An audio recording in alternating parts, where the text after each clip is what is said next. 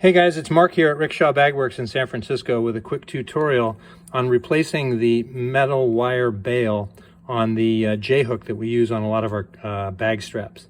So what you want to do is take the wire bale, and you'll notice it has a long leg and a short leg. You take the long leg and insert it into the bottom hole on the J-hook, all right? So you stick the little dog leg there on the long leg into the hole, and you want the entire bale on the inside of the clip because it's going to load itself into the little slot there. Then what you do is spin this around and take your needle nose pliers and work this end, this short leg, into the top hole.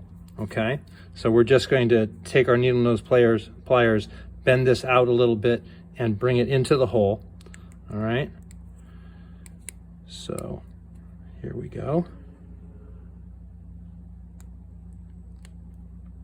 A little tricky. Boom. Now it's in the hole. Now we want to kind of bend this wire back into place, and so we can push that into the hole, but if we work this back and forth, this is going to start to slip out again. So what we want to do is we want to use our pliers to kind of press this back together so it is sprung so that it's holding itself in place.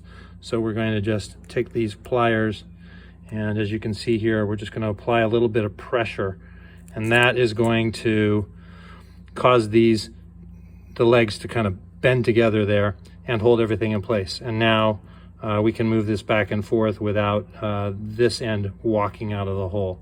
So there you have it. It's back in place, it's spring loaded, and ready for action.